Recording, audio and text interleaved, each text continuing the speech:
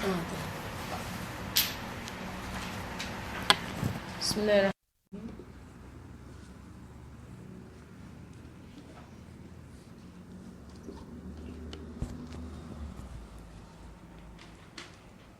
Bismillahirrahmanirrahim. Alhamdulillahi Rabbil Alamin. Wassalatu wassalamu ala Sayyidina Muhammadin wa ala alihi wa sahbihi wa barik wa salim. Nawaitu ta'allum wa ta'alim, dhakura wa tadhkir, والنفع والانتفاع والإفادة والاستفادة والحث على التمسك بكتاب الله وسنة رسوله صلى الله عليه وآله وصحبه وسلم ودعاء إلى الهدى ودلالة على الخير ابتغاء وجه الله ومرضاته وقربه وثوابه سبحانه وتعالى مع لطف وعافية برحمتك يا أرحم الراحمين. اللهم إنا نسألك علم الدنيا مجمع الصافية هاني وهب يا غاني. اللهم إنا نسألك علم الدنيا مجمع الصافية هاني وهب يا غاني. اللهم إنا نسألك علم الدنيا مجمع الصافية هاني وهب يا غاني. وصلى الله على سيدنا محمد وعلى آله وصحبه وسلم والحمد لله رب العالمين. تمام. الحمد لله.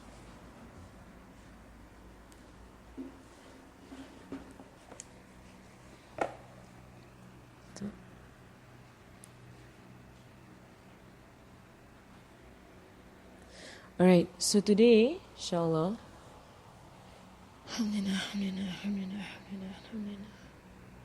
alright, today we will go into the events right after the year of grief, right, of Rasulullah sallallahu alaihi wasallam.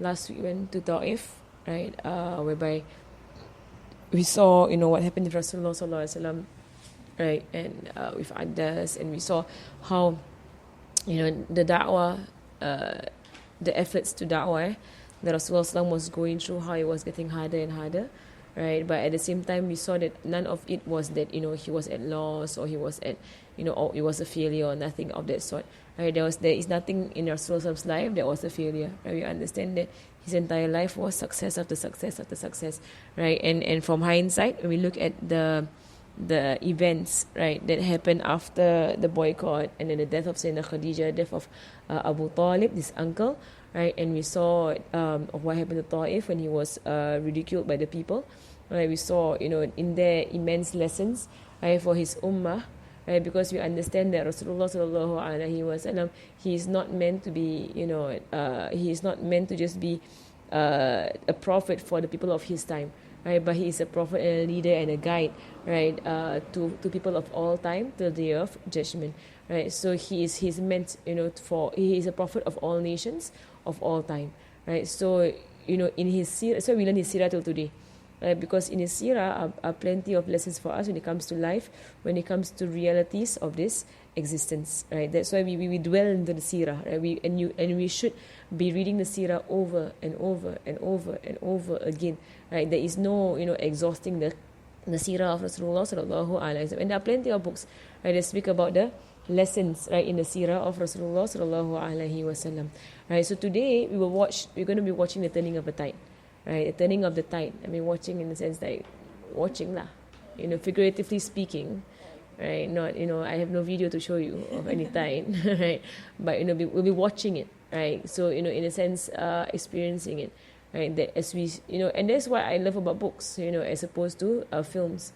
Right? Of course, you can watch the films, the Omar series. You can watch, and I'm not saying anything about those things, right? But what they actually do is they limit, right, what you understand, right? By giving you a vision, right, of what it is. They're basically defining for you, right, how you should actually see the incidents, right, or the occurrences, right? But however, when you go through books of what the ulama have written, and when they relate from the Sahaba, right, from the companions of Rasulullah sallallahu alaihi wasallam, right, you have a much bigger and more intimate picture, right, of what exactly happened, right, and much more detailed experience of what actually happened. So, right, for me, like I personally, I love books way more than films, right? Because books, the words, right, how they express, and especially now we're going to go into Isra and Miraj, right? None of the films will show you anything about Isra and Miraj except that it happened, right? And then they will show you the aftermath of Isra and Miraj. But you will not find a film that talks about the Buraq coming, and then like he going to Masjid Aqsa and he praying with the prophets and whatever. You won't find a single film talking about. Because you can't. I mean, what are they going to show, right? They can't show the prophet. They can't show Jibril. They can't show the other prophets. They can't show anything about paradise. What can they show? Right, so basically in all films, Isra and Miraj is a mention in the film, and then about Abu Jahl later on, finding fault with Rasulullah sallallahu alaihi wasallam, and that's about it. Right, whereas Isra and Miraj, it is of the greatest events, right, in the lifetime of Rasulullah sallallahu alaihi wasallam, in the history of Islam. Isra and Miraj, right, it was a pinnacle event. Right, it was a turning point in the life of Rasulullah sallallahu alaihi wasallam. Right, so now we're going to go in stages. Right, so where we left off, right, was now Rasulullah sallallahu alaihi wasallam, he entering into Mecca. Right, and we mentioned that he entered into Mecca under the jiwar, and under the guarantee, right, of al-Mut'im, right, bin Adi. Right, so basically one of the disbelievers who was a fair-minded disbeliever, right, whom Rasulullah said about that had he been alive at the battle of Badr, right, and he spoken to Rasulullah on account of the prisoners held by the war, right, the prisoners of war that the Muslims held, right. Rasulullah would have freed all the prisoners, right, on account of Mut'im. Right, because a good deed for a good deed, right? So when he helped Rasulullah when he was in need, right, Rasulullah would have returned the favor, right? But he was not alive at that time, right? So it was not. But he just said it, to teach the Muslims, right, that you do return favors even to non-Muslims, right? When they do good things to you, right, you don't oh, you're non-Muslim, I don't return the favor. No, we return favors, right? Especially for those who have not, those who have done good, right, for us, right? So now, right, what is going to happen now is that. We're going to go into the events that will lead to the Hijrah, to the migration of Rasulullah from Mecca to Medina. And we know that the Hijrah, it is a pinnacle event, right? The Hijrah, it is whereby the entire dynamics changed, right, after the Hijrah, which is why the Meccans, the disbelievers in Mecca, right, they were so against the Hijrah, right? They were trying their best to stop the Hijrah from happening, but Allah's will always prevail. Right, Allah, and whatever Allah wants, it will prevail. Right, it will prevail. And that's why today, I wanted to do the Maulid before the, we're already beginning late and everything, right? Actually, by right, I would like to do it before the class itself, right? It's because, when it comes to Maulid, right, there's a different feeling altogether, right, during the class. I mean, and I've been feeling like the absence, right, in the class, right, when you don't do a Maulid before the class, right? So, because the past few times you have not been doing it. Right, so that's why I wanted to do it, right? Because it's different.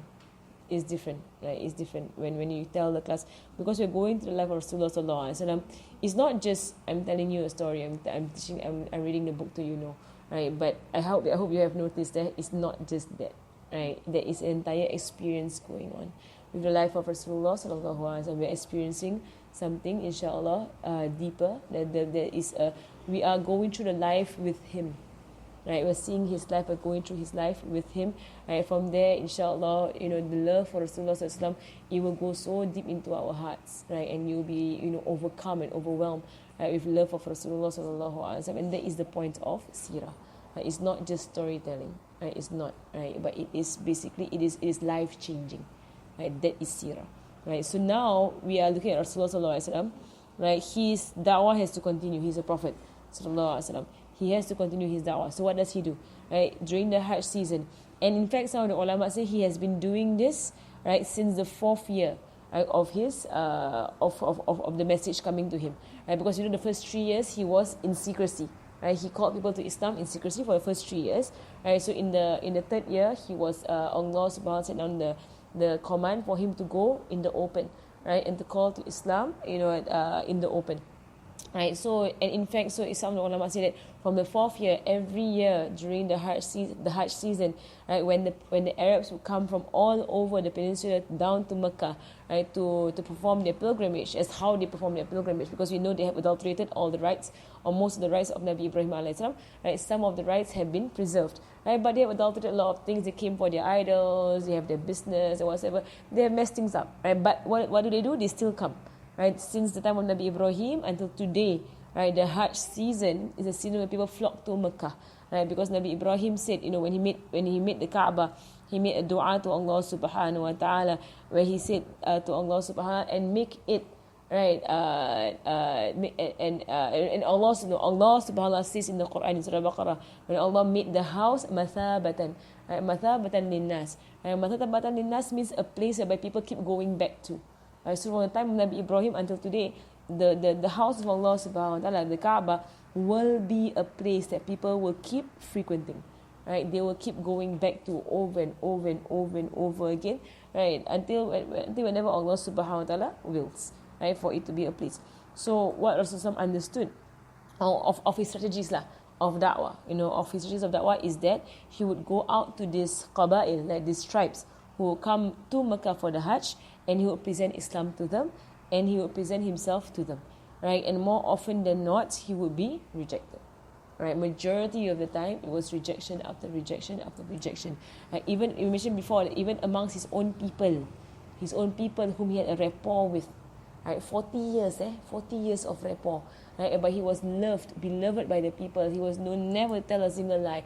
He was known to be a man of truth and integrity.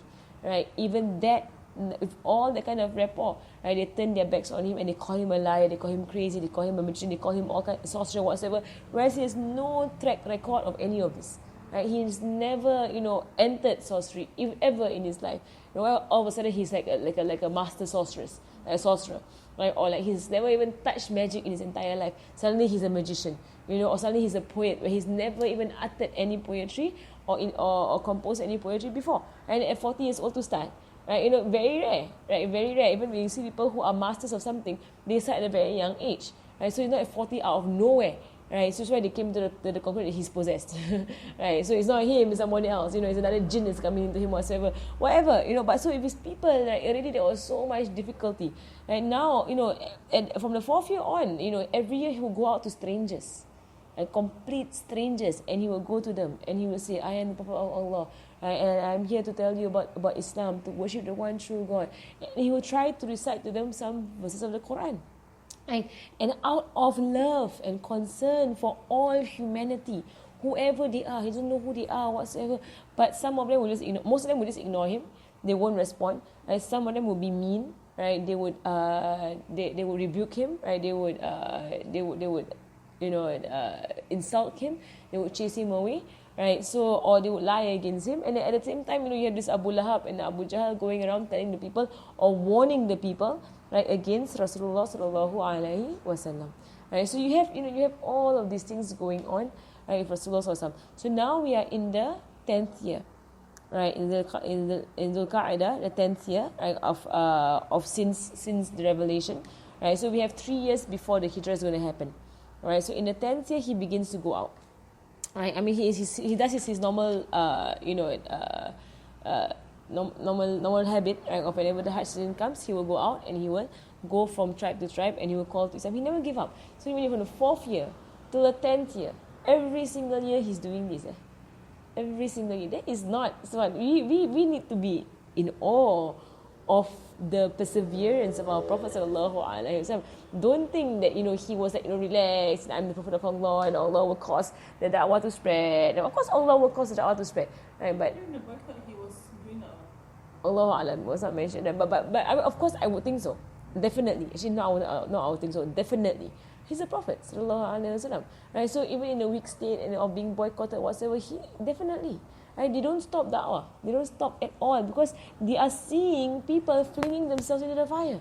They are seeing that. They can see these souls are throwing themselves, destroying themselves in this world and the next world. They can see that. Right? So they are in so much concern and so much haste, and there's no time to waste. And we need to help them. We need to save them.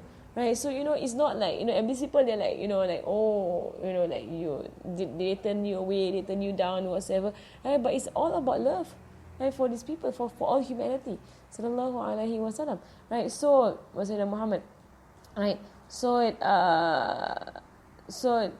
Rasulullah sallallahu alaihi wasallam, right,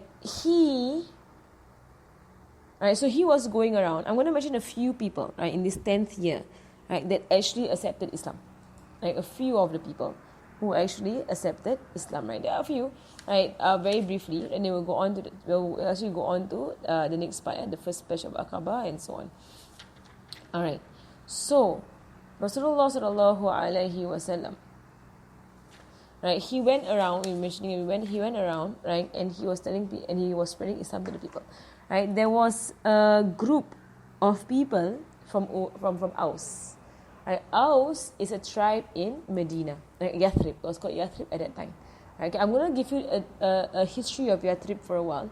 I'm going to move aside and go through Yathrib, and we'll see what is so special about Yathrib that it became the city of the Prophet sallallahu alaihi wasallam. Right? And there's so much to say about the Ansar. And the Ansar, like, for me personally, they hold a very soft spot in my heart, because the kind of love that they had for Rasulullah sallallahu alaihi wasallam, the people that the Ansar were, and the kind of love that he had for them. And you see all the hadiths that Rasulullah sallallahu alaihi wasallam spoke about the Ansar, right? And inshallah, in the future, we'll go into the story of the battle of Hunain, right, and the battle of Ta'if, right, whereby there are scenes whereby Rasulullah sallallahu alaihi wasallam, he would express his love for the Ansar, right, the Ansar of Medina. The Ansar are called the helpers, right? They are the people of Medina, right? So the first contact between the Ansar and Rasulullah sallallahu alaihi wasallam actually happened in the 10th year, right? This is not one of the 3 pillars of allegiance. It's not.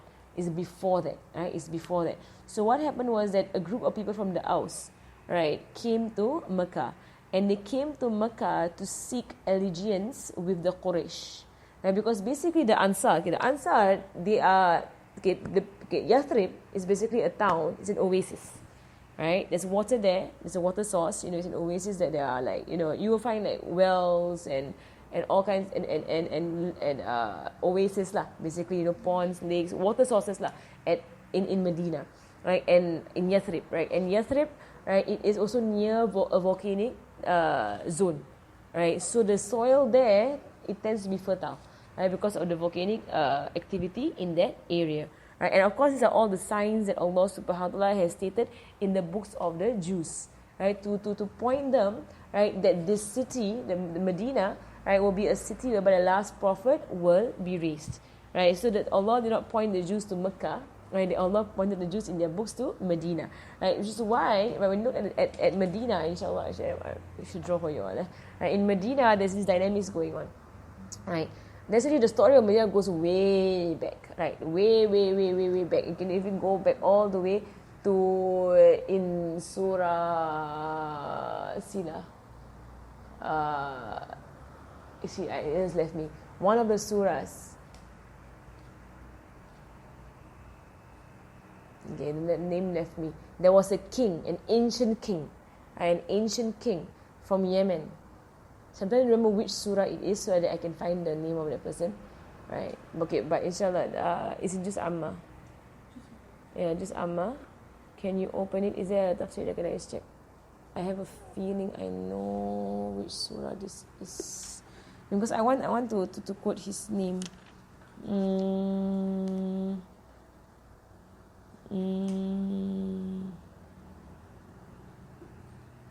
All right, so.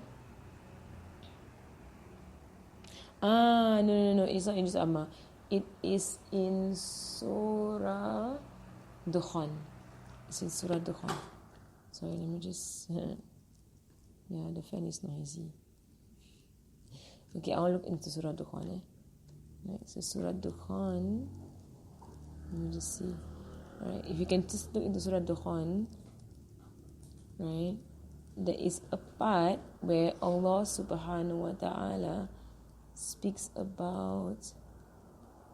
Can't find Surah Dukhan. Ada? Okay. Right. There is a part... you look at verse 37. Right? 37 in Surah Dukhan, Allah says, are they better, or the people of Tubba? Right? Tubba. Right, so you see that this man called Tubba, the people of Tubba, right? The people of Tubba were disbelievers. They were very strong. They were very mighty. They are somewhat like the art people, right? Ancient peoples, ancient. Right, Tubba, the thing about him was that he actually believed. He was a believer. Right? His people, right, were disbelievers. Right? So actually there are ancient stories, right, of him, ancient stories. right, of him being a king, going past Yathrib, right? And then when he went past Yathrib, right, there was an old person there who informed him that the last prophet, right? I mean, basically, a person of the book. These are all, these are all like what has been related, lah, right, of the people of long ago, right? So basically, there was an old person there, right, who related, who told Tuba, right, this king Tuba, about the coming of the last prophet. He was a person of the book. This is ancient, it's from way before Rasulullah's time, ancient. Right? So he said that there will be a last prophet, and he will settle in the city of Medina, right, in the city of Yathrib, right. And so this Tuba, right, he actually, it is mentioned lah, right, that he actually wanted to honor this last prophet, right, but he knows that it's not going to be in his time, right. So I mean, there are narrations that says that he will buy a plot of land, like he bought a plot of land, and he basically dedicated this land to be for the Prophet ﷺ to stay in, right. And the story goes that the people who took the land and was their descendancy, right, it went down to Abi Ayyub al-Ansari, right. That was his house, and that was how the Rasulullah actually stayed in when he went to Medina, right. So Allah gave him his intention, right. What are the stories that the people have related? Allahu Alam, Allah knows the reality of these stories, right. So Medina has a long history. Yathrib has a long history, right. That's where Yathrib. So Yathrib basically is an oasis town, right. It is basically agricultural. Unlike Mecca is trade, right. Mecca is mainly trade. Yathrib is mainly agricultural, and nobody goes to Yathrib. Right, basically, it's not a tourist town. Right, no one goes to Yathrib except for the people of Yathrib. Right, there are two tribes that mainly they occupy Yathrib. Right, they live in Yathrib. They are the Aus and the Khazraj. The Aus and the Khazraj, right, for generations they have been at war. Right, they fight all the time. Right, they are always so Yathrib. The people in Yathrib they are bent on warfare. Right, they are experts. They're experts in warfare because they're always fighting. Right, so they're experts in warfare. They know all about warfare, right? So and this Aus and Khazraj, they never see eye to eye, right? The interesting thing about Yathrib, right? These are farmers, They are in agriculture. They have fertile land. They have water, right? Yathrib, right, is also known for having a disease there, right? It's a disease that is in Yathrib. Some of the scholars of today say it was malaria, right? Because they had water bodies around, right? Stagnant water. Right, so it could be, they had malaria with them. Basically, there was a disease that was plaguing Yathrib, but the people of Yathrib were immune. Right, they were not affected, but anybody who enters Yathrib, they get affected. And some of the ulama have mentioned that maybe it was Sayyidina Abdullah, right, when he went to Yathrib, right, he was actually affected by the disease, and he passed away from the disease. And when Sayyidina Amina, when she left Yathrib, so all of them, there was this, movement for them into and out of Yathrib that made them sick.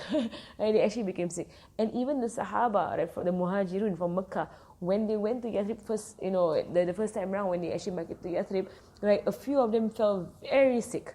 Right, Sayyidina Bilal was very sick, Sayyidina Abu Bakr was very sick. They all became so sick until Rasulullah made a dua for the disease to be removed from Yathrib, right, and it went somewhere else. It was removed from Yathrib. Right, so basically there was a disease that was plaguing Yathrib. Only the people of Yathrib are basically, they're immune to this disease, right, that is plaguing. No, Aus and Khazraj. There are two tribes. There are two main Arab tribes in Yathrib. The Aus and the Khazraj. The Khazraj are the majority. The Aus are the minority. Right? So they basically are these two tribes that actually occupy Yathrib. Right? Understand this history. Right? So it's not like, as I mentioned, I'm not telling you all Sirah as if it's a story. No, I'm going into detail. Right? And I want you all to understand the dynamics that's going on in the towns.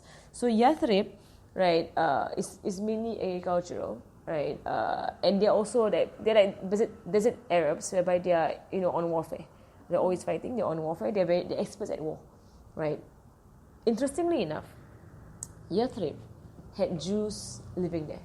Right, there were three tribes, and three Jewish tribes, right, that lived together with the people of Yathrib. Right, it was interesting. Right, why is it interesting? Right, it's because Jews, their original land is Palestine. Right? Palestine was their land, whereby Nabi Yaqub downwards, Nabi Yusuf, right, he went away to Egypt and they went back, and Nabi Musa brought the Jews back to Palestine.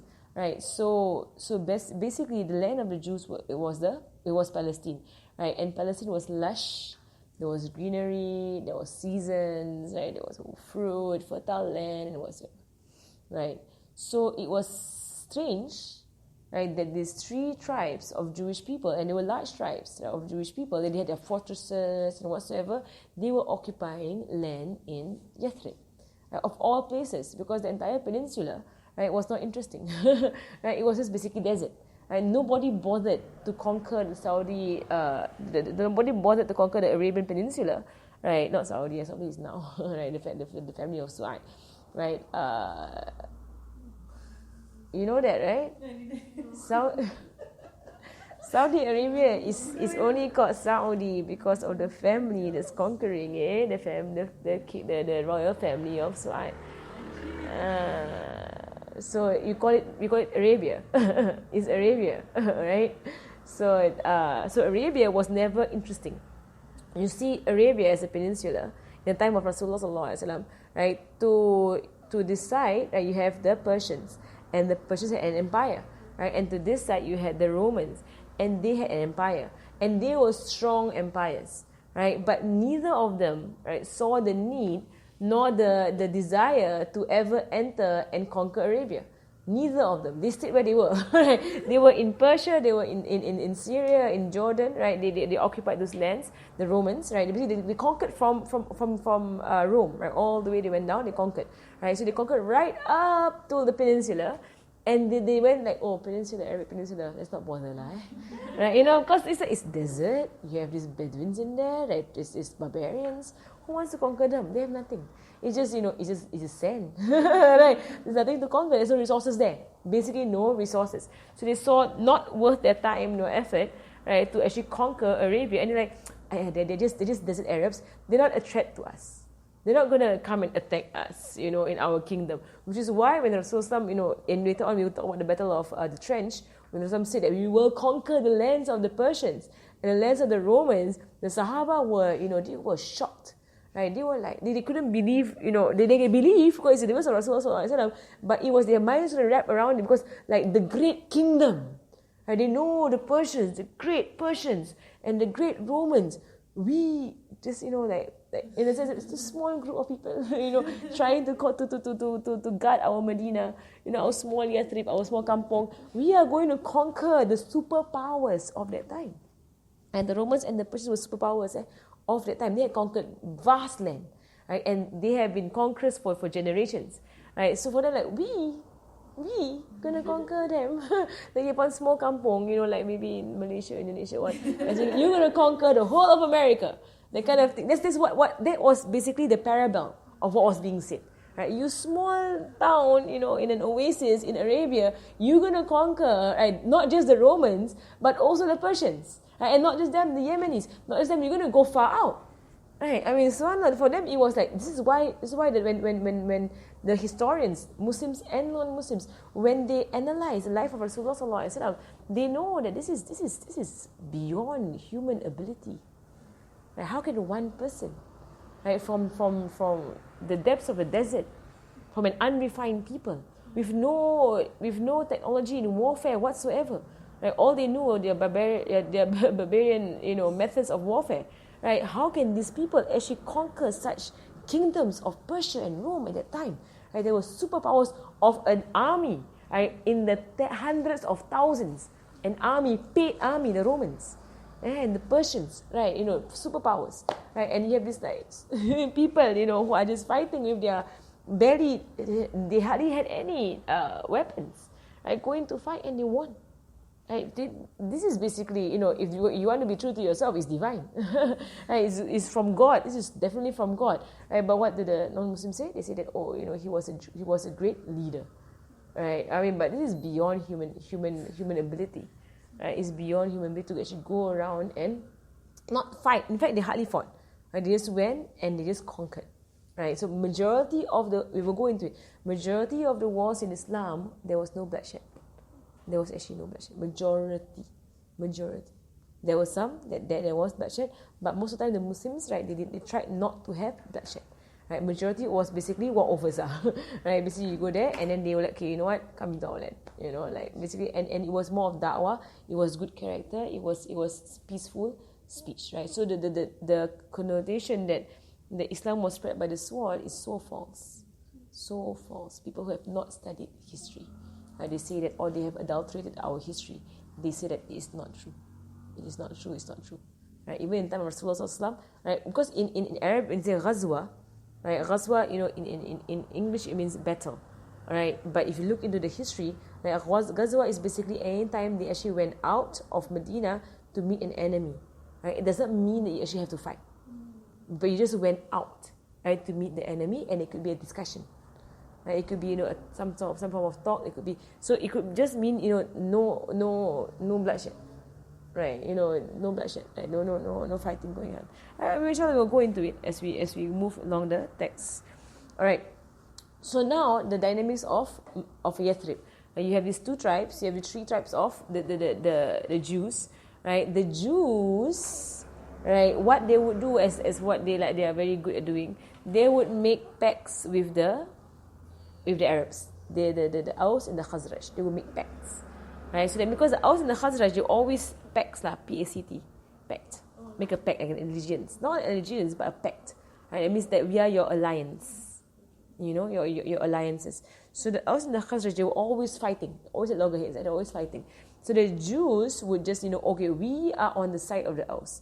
And another tribe would say, we are on the side of the Khazraj. So when they are at war, the Jews will come in and they will also basically fight together, right? Because they have like, you know, they have allegiances, right, with the tribe of the Aus and Khazraj, each of them, and Allah blames them on it, right? Because they're supposed to be people of the book, they're supposed to be together. You're not supposed to fight each other, right? So in the Quran, you will find the tafsir, right? The verses whereby Allah blames them. You know, how dare you, right? You get involved and then you fight with each other, and you all of the people of the book, right? And then you take each other as prisoners of war, right? You're not allowed to do that. You know your Sharia from Nabi Musa, right? Your law from Nabi Musa does not allow you to do that. Right, but they were doing it. Right? They were basically going against the law that Nabi Musa said on them. Allah calls them out a lot in the Quran.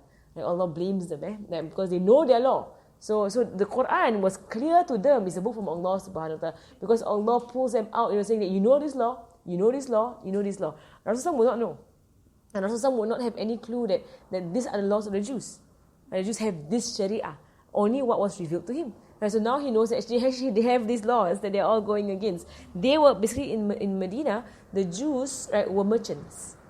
Right? They would have their marketplace, right? And they would buy and sell with the Arabs, right? And they, right, would actually lend money with interest, usually. And it was against their law. Allah calls them out on it. Back then also, usually from the beginning, not allowed, right? Haram.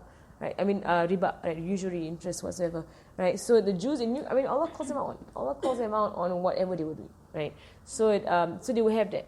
So Rasulullah, when he went to Medina, the first thing he did was to build a marketplace for the Muslims themselves. That means, do not let your economy depend on the Jews. They will try to control the economy. Don't allow them to do so. So the Muslims built up their own marketplace, right? And they stopped relying on the Jews, right, for a marketplace, right? So up to today, the Jews hold the economy, right? They hold the economy, right? And that's how they hold people as slaves, right? Because you have debt with us, right? And they have interest on us and whatever. So they enslave countries, right, by the economy, by money, right? So basically, Sayyidina Muhammad. Yeah, so Rasulullah sallallahu alaihi wasallam. So in Medina, in Yathrib, that was the condition. The Jews, all this while we mentioned before, the Jews, whenever there will be the Jews, even though they had alliances with the Aus and the Khazraj, the two tribes of Medina, of people of Yathrib, right? Even though they had alliances with them, they never liked the Arabs. They always looked down on the Arabs, right? Because they are a superior race. Yeah, right. Because it was financially profiting. It profited them, right? Financially. They could take prisoners of war, they could sell the prisoners of war. Right? Basically, there was profit in it. Right? There's profit in it, there's money. Right? In having alliances and allowing the Arabs to fight each other. They had no interest, in basically being friends with the Arabs. Right? They're not interested. Right? So, yeah. It's all self-interest. And so when you go into, you see a lot of human nature. You see a lot of human nature. It's not just a story, right? It's not just no, it's his real life. This real life situation, right? So what happened was that the Jews, right? They basically didn't fancy the Arabs at all. They would make fun of the Arabs, and they would call them lizard eaters, and they call them barbarians, and Bedouins and whatsoever lah. Right? They were not at all people who were so hard up for the Arabs in any way. In fact, they looked down on the Arabs. And in fact, right, whenever they would go into warfare, and sometimes they would fight their own people, I mean the Arabs themselves, right, they would always boast to the Arabs, right, saying that you all watch out, right, you all watch out. Right, we have a prophet coming to the end of time. And we have a last prophet coming. Because in their books it said, there is one more prophet coming, the last prophet. Right, surprise, surprise, he's going to be Arab. Right? Right, some of them knew, right, in other texts, right, but some of them have hidden those texts, right? So they were waiting for the last prophet. So they would boast to the Aus and the Khazraj about this final prophet that would come. And when he came, right, we are going to fight with him against you lousy Arabs. Right, and then you idol worshippers, they would make fun, right, of, because they were all believers in one God. The Jews are till today believers in one God.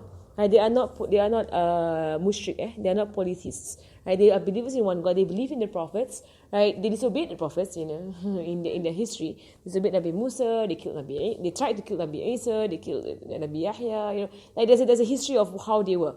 With the prophets, right? But they have a history. So they are people of the Abrahamic faith, right? So people of the Abrahamic faith, they're people of the book. They are believers in one God, monotheistic religions, right? But they are those maghdubi alayhim, maghdubu, غير المغضوب عليهم ولا الضالين. They are those whom Allah subhanahu wa ta'ala is angry with, right? They are of those that Allah subhanahu wa ta'ala is angry with, right? So they would boast to the Arabs, right, saying that when our prophet comes, and we will fight against you all, and we'll kill all of you, and we'll destroy all of you, you idol worshippers, lizard eaters, you lousy Arabs, right? They will boast, right, to the Arabs, and in their boasting, they would describe the coming prophet. Right? They would describe to the Aus and the Khazraj the characteristics of this coming prophet. So what they were actually doing was that they were grooming. It's Allah's plan. You see, Rasulullah for 13 years in Mecca, rejection. He's going out to all the tribes. Every single one of them rejected him. Right? Why out of nowhere? The people of Yathrib, marhaban, ahlan wa sahlan. Welcome, we believe in you. You are the last prophet. How come they are so different? How come they were we know you're the prophet, we know we have accepted you. Like, what made them so different from everybody else? They were being groomed for years by the Jews. They were the ones who were grooming them. Right? So inshallah, we will go into the first bay'ah. When they met Rasulullah, they were like, this is the guy. This is the guy. This is the prophet. This is him that the Jews have been telling us about. Like, race to him is one of us. He's an Arab. Alhamdulillah. He's not even part. He's not one of them. Right? And they saw all the signs because they were being groomed. So the Jews, in a sense, you can say they shot themselves in the foot. Right? By their boasting, right? They shot themselves in the foot by saying, these are the characteristics of the prophet, and when he comes, you all are dead. Right? That's it. You are all ruined, destroyed. Right? But when he came, oh wait. Right? They became the ones who fight him. They knew the signs. So it's in fact a proof of the Prophet of Rasulullah that the people of Yathrib embraced Islam. It's a proof because they knew something. Right? It's a proof. There was news from before. They knew something. Right? And when they saw him, they saw all the characteristics that were described to them by the Jews themselves. So when the Jews denied that he was a prophet, they knew the Jews were liars. Because you just, before he came, you were all boasting about it. So, and we can see his characteristics clear in front of us. Like upright, it's clear in front of us, the characteristics. And then now you turn around and you reject him because he's an Arab. Only because of his race, right, that there was clear rejection of Rasulullah sallallahu alaihi wasallam. Right, so it will go into the story of the Jews. When it comes to after the Hijrah, right, it gets more complicated because now you have to handle the Jews, and there are the hypocrites that will appear in Medina, right, different dynamics. Because when you go into a situation whereby majority are believers and majority are Muslims, right, you will have the situation of hypocrites. Right? In Mecca, there were no hypocrites because it was not profitable to be Muslim in Mecca. Right? In fact, you were being persecuted, you were being tortured. Right? So people will not become Muslim, right, for any form of gain. Right? Because basically the Muslims were the ones who were at a more difficult end. Right? Whereas in Medina, because majority are now Muslim and everybody loves the Prophet ﷺ, it now became politically favorable to be Muslim. That's why you have the rise of the hypocrites. Because those will be outwardly Muslim, inwardly disbelievers, hating the Prophet inwardly. On the outward, they were like, follow the popular crowd, right? Because politically, it was favorable, right? And you will see the Jews, you will see, all this will emerge, right? Dynamics, the social dynamics, right? When things happen, right? So we're going back. So now we understand our dynamics of Yathrib, right? Why they were as they were. So right now, Yathrib, right? They are in the 10th year after Bi'atha, and after the first revelation in the 10th year. And this is the very year whereby Rasulullah Khadijah passes away, the year of grief the year of grief. Right, that year, right, in the Hajj season, right, in Dhul Qa'dah, in the Hajj season, right, a group of Aus came to Mecca during the Hajj season, and they actually came to Mecca, right, seeking alliances, right, with the Quraysh. Right, because the Aus were a minority fighting a majority, Khazraj. Right, the tribe Khazraj was a majority. Right, so they came to Medina, right, basically to seek alliance with the Quraysh. Right, they came and somehow or other, right, Rasulullah sallallahu alaihi wasallam. Right, it's in the 11th year, the 10th year, it's in the 11th year. Right, it's the beginning of the 11th year lah. Right, so what happened was that Rasulullah sallallahu alaihi wasallam came to them. Right, they happened to be one of those people that he would just go past, right? He would actually go to lah, right, as he did his da'wah from tribe to tribe. And so he went to them, and he sat with them, and then he said that, right, and then he said that. So he first sat with them and said that, would you like for some goodness that I can come to you with? Right, would you like some goodness that I can give you? Right. So he began in a very beautiful way. Like, would you like some goodness, right, from me? Right, to get from me, right? So the people said, what do you have? Then he said, I am the Prophet of Allah. He's doing his da'wah. I am the Prophet of Allah, right? Allah has sent me to His servants, right? And I call you, right, to the worship that you worship Allah, the one, the only, and that you don't ascribe any partners to Him, right? And that Allah has sent down with me a book, right, as proof to you that indeed I am a prophet and indeed it's a true religion, right? And then he described to them some of Islam and the laws of Islam. That Islam prevents the oppression of the weak, right? Islam, prevents the killing of children, of little girls. Islam, orders you to do what is good and prevents you from doing what is wrong. So he did his da'wah, and he recited some Quran onto them. This is basically the standard way whereby he would call people to Islam. Very gentle. Right, very gentle invitation to Islam. He will always, have some Quran in his speech.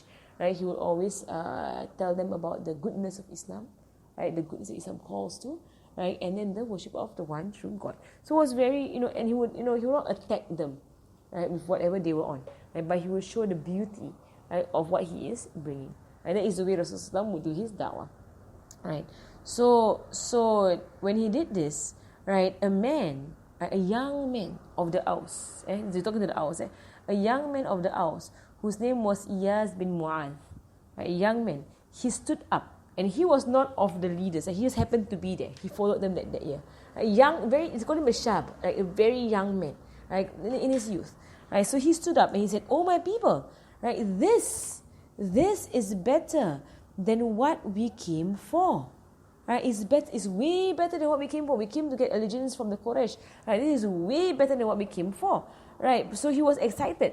Right, but when he did that, right, one of the elders of the tribe, right, pulled him down and said to him, shh, right, keep quiet. Oh, yes, right, keep quiet. Right, this is not what we came for. We came for allegiance from the Quraysh. Right, and we don't want to hear any of this. Right, we don't want to hear any of this. Keep quiet. Right, so they turned away from Rasulullah sallallahu alaihi wasallam. And Rasulullah left their presence. That was the first contact between the Aus and Rasulullah sallallahu alaihi wasallam. So this young boy, Now this young man, right, these people, they went to the Quraysh, right, to get their allegiance, but they failed in doing so. The Quraysh had no interest in them, right, basically. They rejected them straight out. Right, so they went back to their place. Right, this young boy, right, his name by the name of Iyas bin Mu'adh, he is described to be the first of the people of Yathrib to enter Islam. Because when he declared that, he declared, this is better than what we came for. He declared that, meaning that he has iman. He had belief. He had belief that of what some said, because he could see this is better. This is better. You have a prophet in front of you. What else do you want? Right? So, and it was mentioned that it is related that this man, he went back to Yathrib, right, and he was doing La ilaha illallah and Allahu Akbar and Alhamdulillah and Subhanallah, right, all the way back to Yathrib, right, and he passed away on his way back, so he died. Right? But it is said that there is no doubt that he died as a Muslim, and in fact he was the first Muslim from the people of Yathrib, and before any of them entered into Islam. Alright. So Sayyidina Muhammad, right? So of the people also that Rasulullah would meet, right, in his efforts, right, to do da'wah, to do around to the people who came for Hajj, was Abu Dhar al-Ghifari. We went through his story from before, right? We went through his story previously. It was of the earlier years. The earlier years, whereby Rasulullah would come across Abu Dhar al-Ghifari, and he make dua. He would make da'wah. He would da'wah him into Islam, and he would accept Islam. So Abu Dhar al-Ghifari story, that he went, that he, basically he was looking for Rasulullah sallallahu alaihi wasallam, and then he was hanging around the Kaaba. I mentioned the story before, right? And then he was too scared to say that he's looking for Rasulullah sallallahu alaihi wasallam. He heard that a prophet was raised in Mecca. I mean, there was a man claiming to be a prophet in Mecca, and he was already a believer in one God. He never believed in the idols. Right? At first he sent his brother over to go and see. Right? And the brother said, you should go for yourself and see this man. So he went for him, but he didn't know who was Rasulullah sallallahu alaihi wasallam.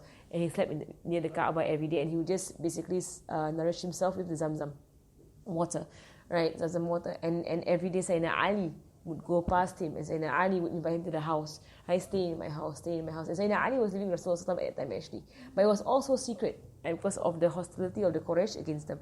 Right? So eventually, Abu Dhar asked Sayyidina Ali, right, when he felt after 3 days, right, he felt comfortable with Sayyidina Ali. We mentioned the story from before, kan? I mentioned it before, right? And then eventually Sayyidina Ali brought him to Rasulullah, and he took bay'ah, right, for Rasulullah sallallahu alaihi wasallam. Right? So he was of the people lah.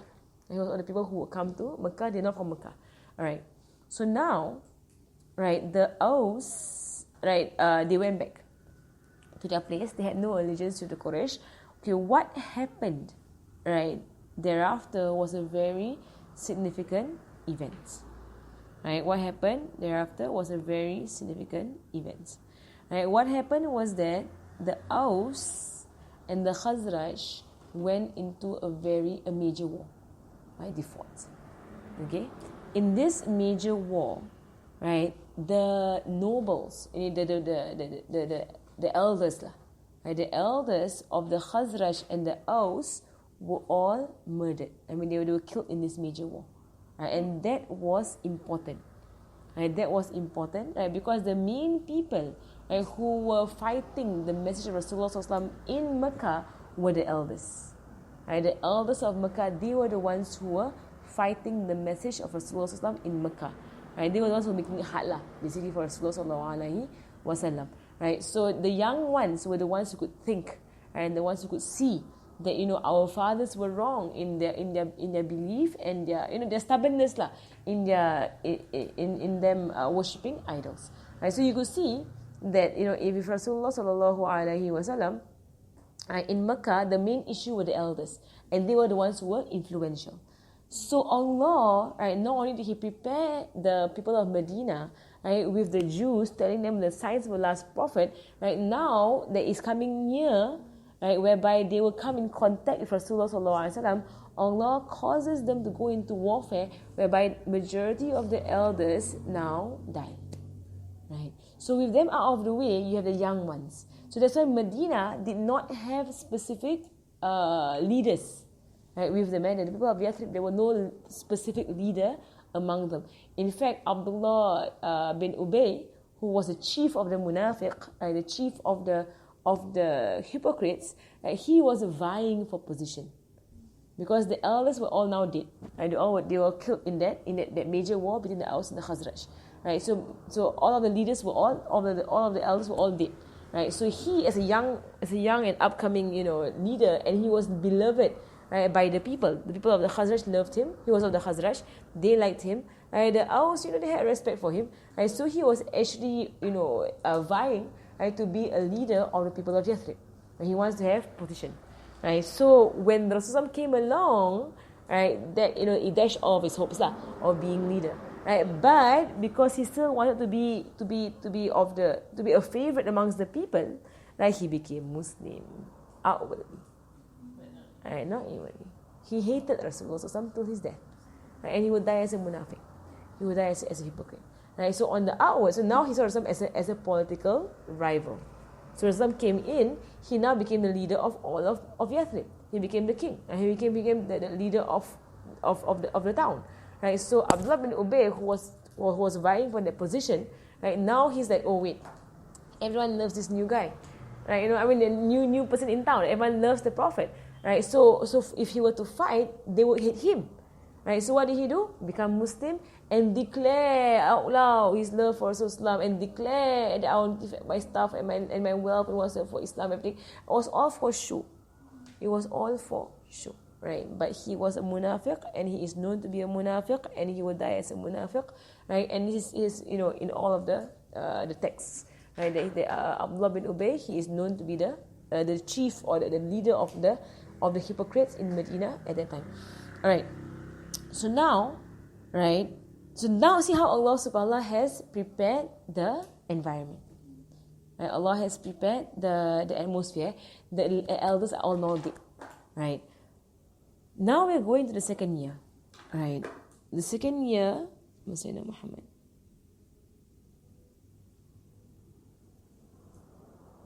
Right? We're going into the second year, right, of the first pledge of the Aqabah. We're going to have 3 pledges. There are going to be 3 pledges. Right? The first pledge, which is a very small pledge of Aqabah. Right? So what happened was that, right, the people of Yathrib, right, they came into Mecca. Right?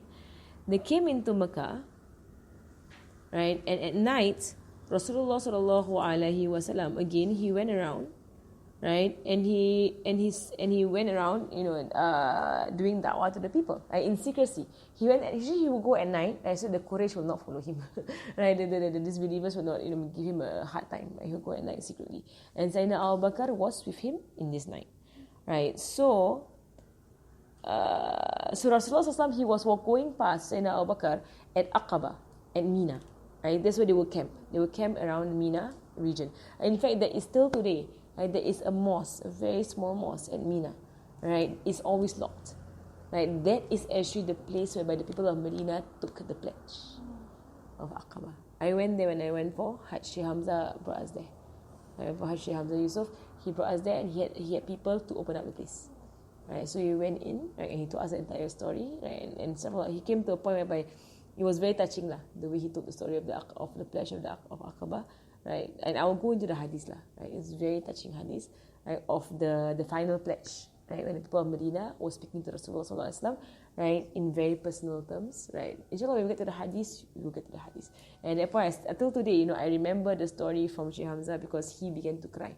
And at that point, I was telling the story of the pledge of Aqaba, right, because of how much love Rasulullah sallallahu alaihi wasallam showed for the people of Medina. Right, from that moment on, it wasn't even like they had began their closest yet. Right? It was just at the first part of their relationship together. Right, that Rasul declared his love for them. Right, inshallah, we'll go into the story, right, of what happened. This will be the first pledge. There are 3 pledges.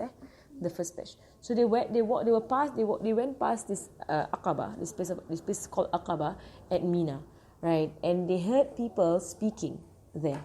So Rasulullah sallallahu alaihi wasallam, right, he wanted to see if he could just do da'wah to them.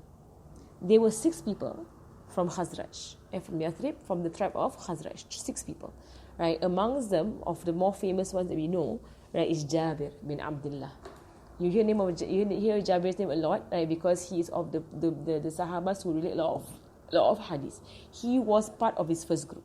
6 of them, they were young men. Right, young men from the Khazraj. Remember, this was after the war, so the old people all died already. Right, they're all out of the picture. The young men, they were there. right? So Rasulullah sallallahu alaihi wasallam, right? He went to them and he said, may I speak to you all? May I just, have a few words, right? To speak to you all, right? So Masjid Muhammad, right? And they were of this young men, even though they were young, right? They were people who had standing in society. It means they were from rich or they were from powerful families. Young men from powerful families. So you see how Allah subhanahu wa ta'ala is arranging this. Right? Allah is giving him the political means. Right? Because you want to have influence over the people. Right? You need to get to those who have power. Right? And then inshallah, right, but when they enter into Islam, right, their people will follow. And inshallah, you will see the entire, this is called, the turning of the tide. Right? Because a tide is basically, one small thing happens and then you have an entire ripple effect. Right? So one person enters, the whole tribe enters. One person enters, the whole tribe enters. So you have this tide going on, like a ripple, like you do a drop and a whole ripple happens, right, through the waters of Yathrib. And they all start becoming Muslim, right, very, very quickly. And it's Allah's what turning the tide, because in Mecca for 13 years, it was 1% enter Islam, 1% enter Islam, 1%, 1%. It was individual people who were entering Islam, right? At this point on, you're going to start, right, an entire phenomena whereby 1% enters and entire people enter. Right? He brings his whole qawm with him, right, into Islam. Right? So that is basically, you're going to see people entering Islam in throngs, right, in throes of people coming into Islam in the hundreds. Right? So 1% enters equals to 100 people entering. Right? So Allah is showing that if Allah wants, Allah can cause the entire thing to turn around. Right? And before you know it, within a few short years, in fact, Islam spread in a matter of 3 years to hundreds of thousands of people. Right? Even a few short 3 years. If Allah wants to open the door, Allah opens the door.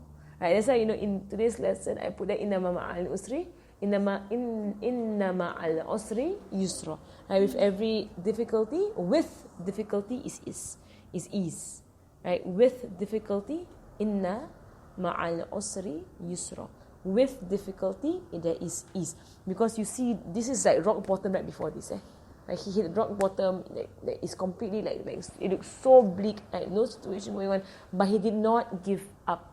He still went out. He still put in his effort. That's why he happened to be there at that night, because it is effort. Allah knows that Islam is going to spread. Rasulullah himself knows Islam will spread because it's the religion of Allah subhanahu wa ta'ala. Allah will not allow this thing to be shut down at all.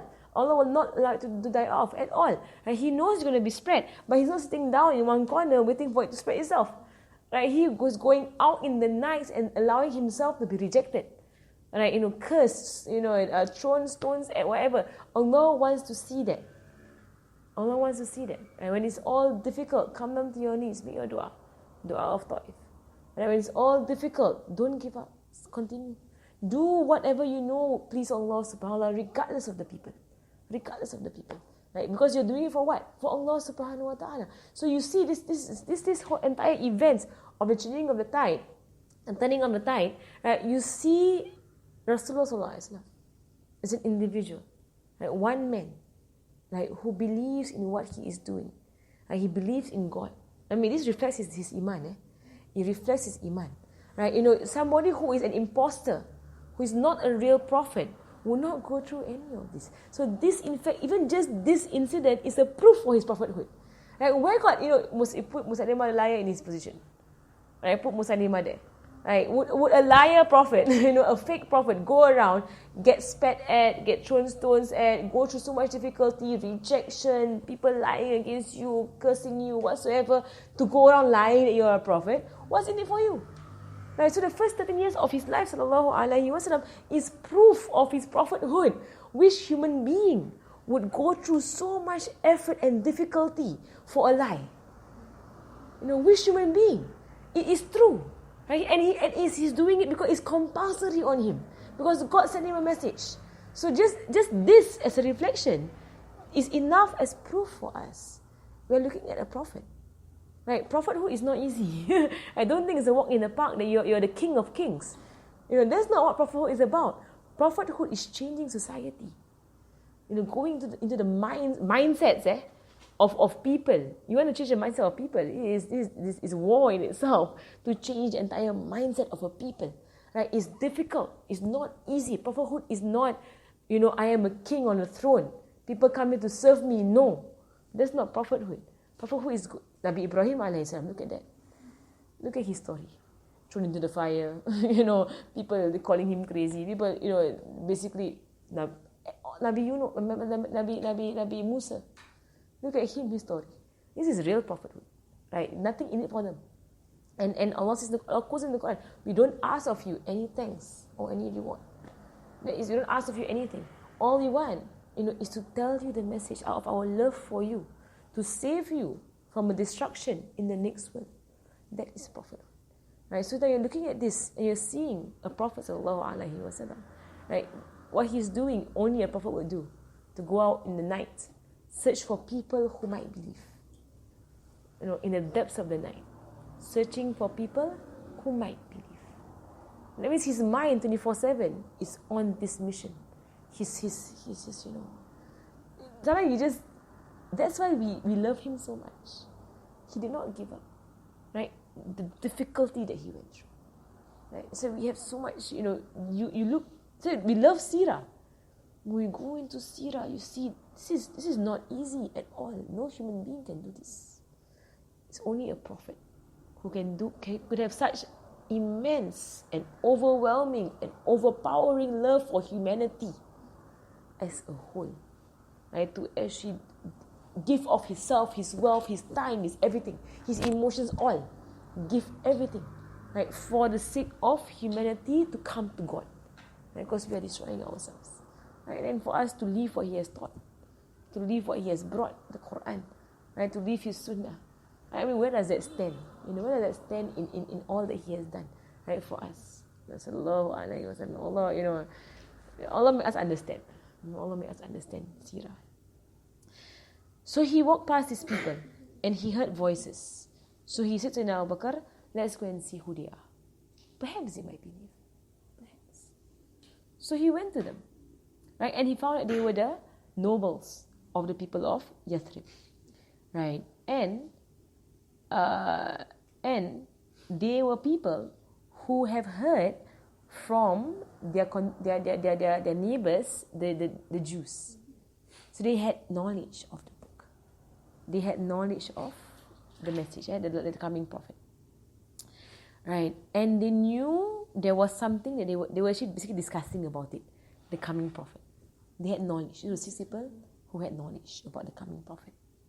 Right? And that they knew, right, that there will be a prophet from the prophets, a last prophet, who will be raised, and now is his time.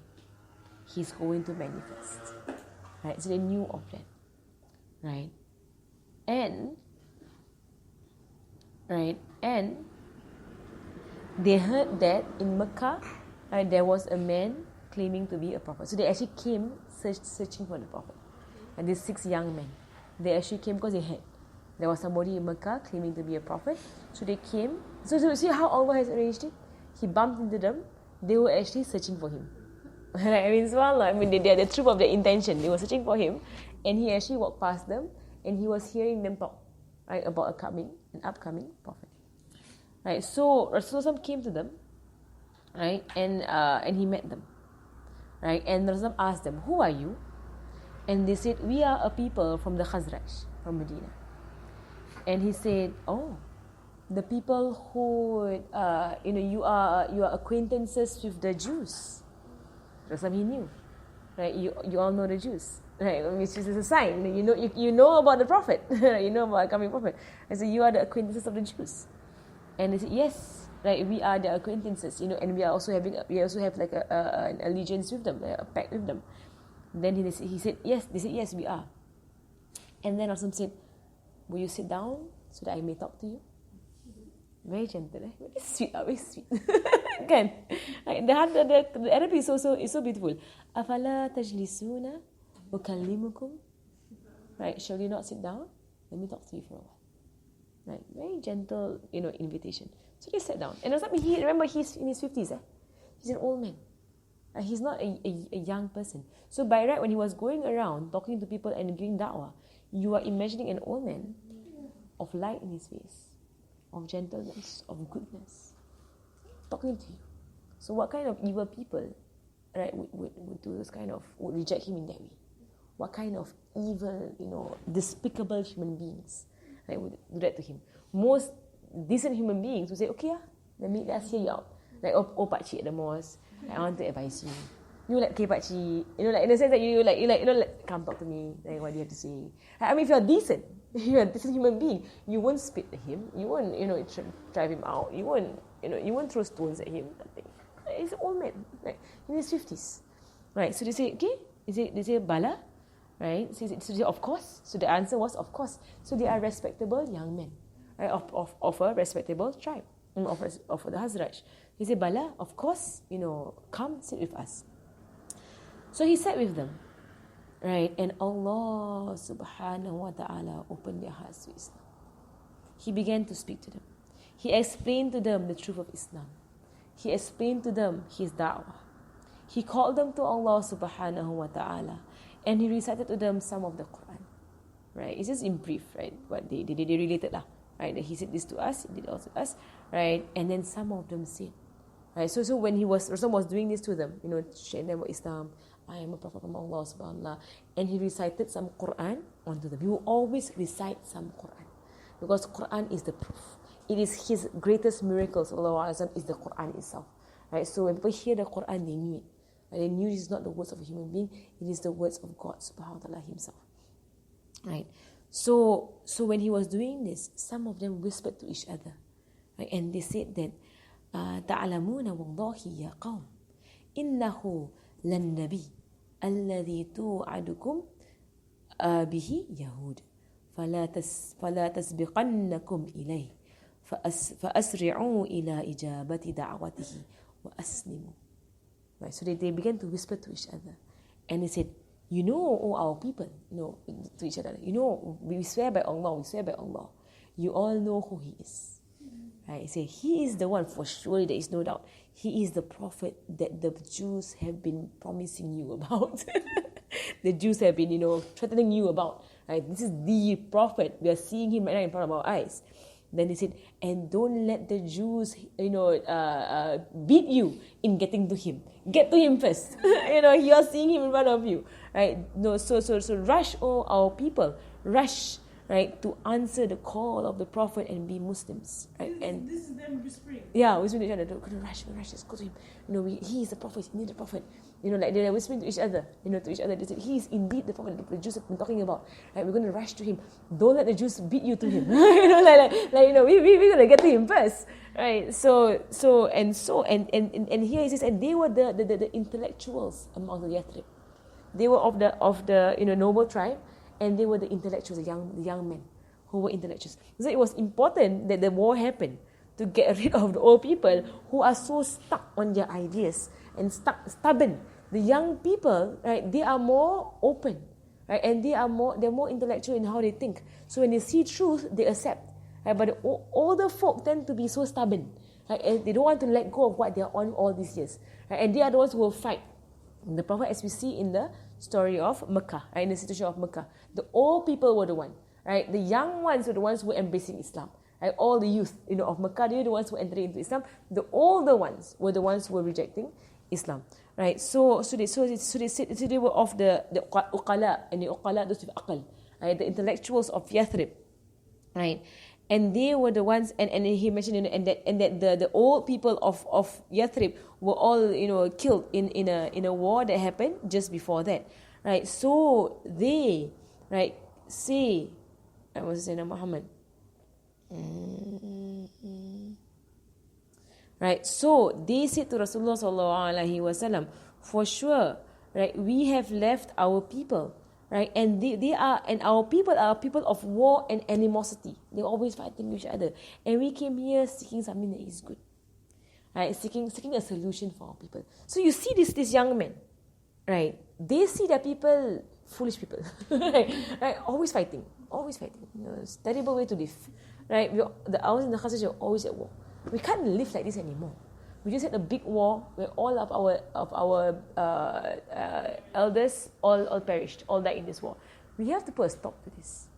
They came to Makkah seeking a solution, seeking a way out. Now they found the Prophet.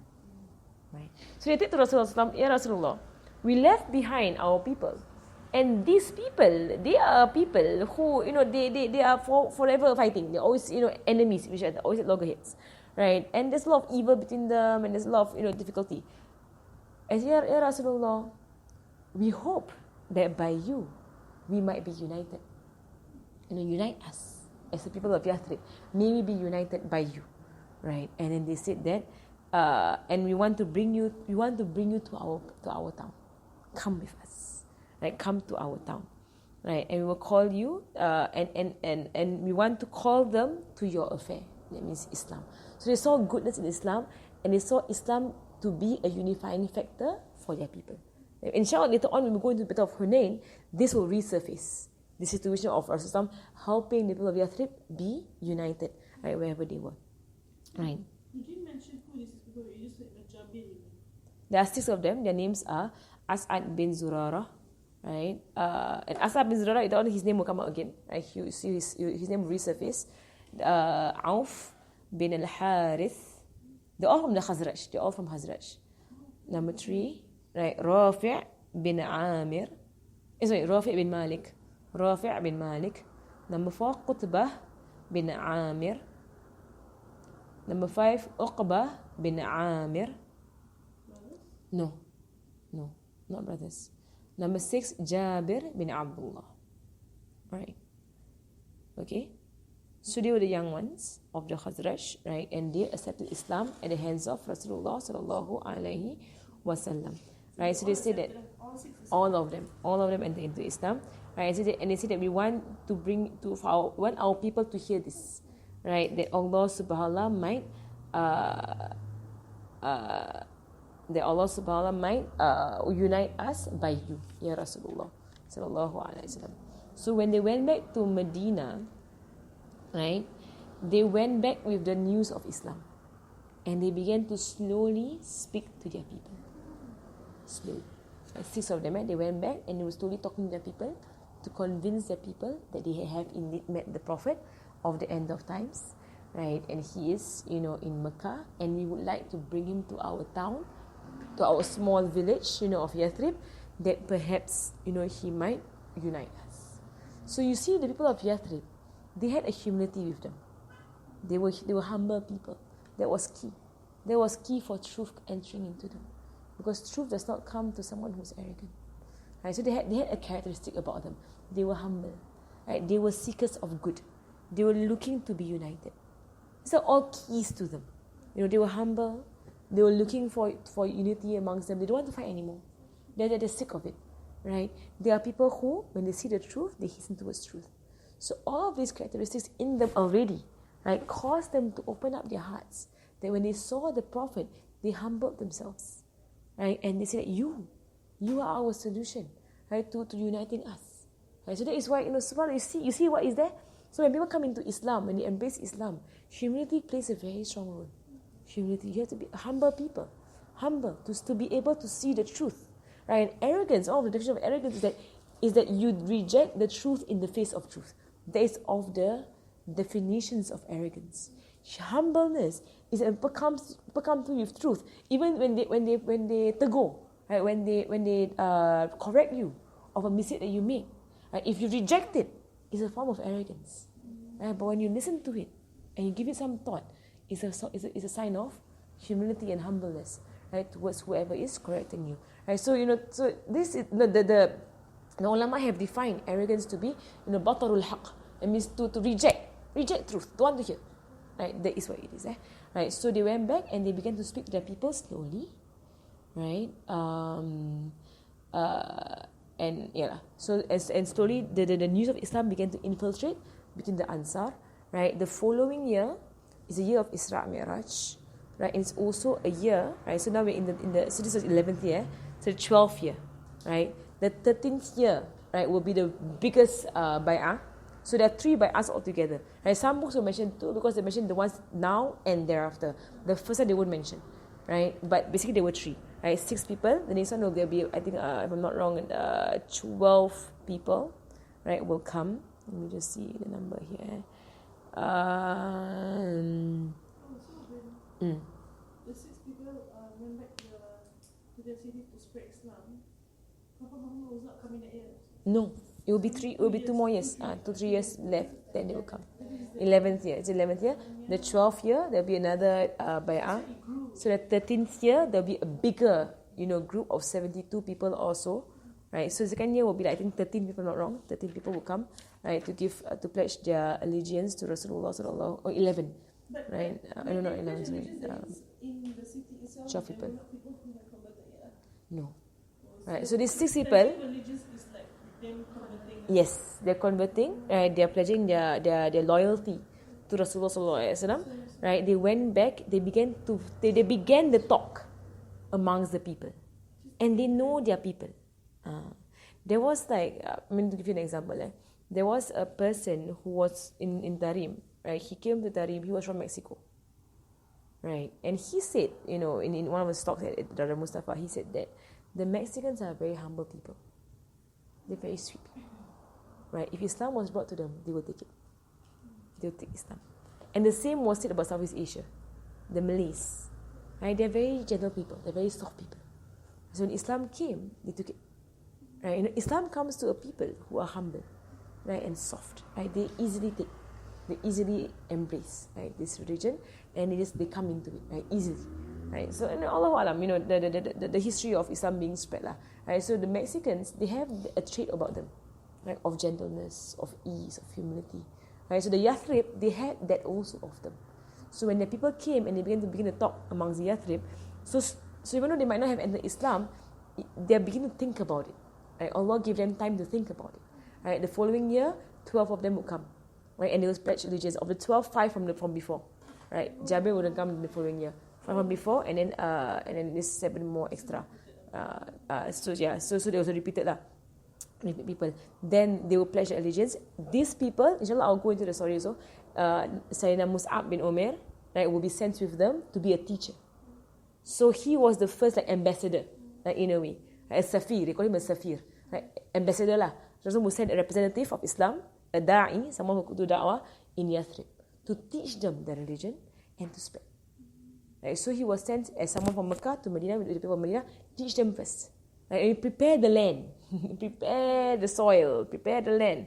The following year, 72 of them will come, right, pledge their allegiance, and then pledge their land. So the third year, when they pledge allegiance, that means they are pledging their life. Means we will stand by you through thick and thin, Ya Rasulullah. Inshallah, we'll go into the story. I will stand by you to take this is the story where Sheikh Hamza he broke down, right? Because they pledged their allegiance to Rasulullah sallallahu alaihi wasallam, and they held his hand, and just all 70 of them, they had they pledged their loyalty to Rasulullah. No matter what happens, you have our back, right? And then one of them said to Rasulullah, Ya Rasulullah, we have alliances already with the Jews. In us pledging to you, we will be breaking off our alliances, because we cannot have both, right? We're going to be breaking off our alliances. We're going to have our alliances to you, right? What if, and inshallah next year I'll go into more detail. He says, what if, you leave, if there comes a situation whereby you have to go back to Mecca, and you leave us where we are, and you're left with the Jews to handle. What if that happens? And Rasulullah turned to him and he said, your blood is my blood. That means I am with you wherever you go. Right? This allegiance is not one way. Right? You defend me, I defend you. Right? It is a love 2 ways. Right? So from the very first part, of their relationship together with Rasulullah, he declares to them, we are together. We are not, it's not that you are helping me. I have your back. You have my back, I have your back. Right? And I will never leave you. Until the end, the Ansar, right, they will have a very special place with Rasulullah sallallahu alaihi wasallam. And there's a hadith that Rasulullah says that, only the hypocrite would hate the Ansar. Only the hypocrites would hate the Ansar. There's a hadith that there are hadiths about the Ansar. Right? They hold a very special position in Islam. It is because they have so much love for Rasulullah sallallahu alaihi wasallam. The Battle of Hunain, you will see, subhanAllah, there is a very moving story between them and Rasulullah sallallahu alaihi wasallam in the declaration of love for Rasulullah sallallahu alaihi wasallam. I will pause there, way over time. Right, Sayyidina Muhammad. Yeah, I know, you're all like... Ya Allah, Ya Rabbi. Okay, we'll pause there. Inshallah next week. You all don't live in Clementi. Isn't mentioned in the Quran, right? I remember there was No, the word Ansar itself, if I'm not wrong, is not mentioned in the Quran. Right, but yeah, it is. As-sabiquna min al-muhajirin wal ansar. Right, there is the word Ansar in there. Inshallah, we will go into the Ansar more. We're going to know them more. Now is our beginning of getting to know them, like who they were as a people. Right, sallallahu ala sayyidina Muhammadin wa ala alihi wa sahbihi wa barik wa salam.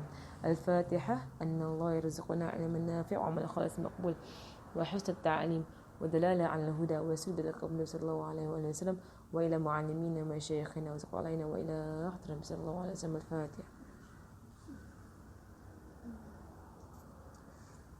بسم الله الرحمن الرحيم والعصر.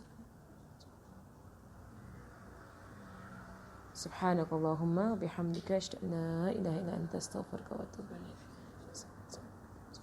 I hope that the story is different. When you have the class after Maulid, it's different. There are presences. Right? Presences. Yes. Allahu Alam, Allah knows. Allah knows best. Sallallahu ala Sayyidina Muhammadin.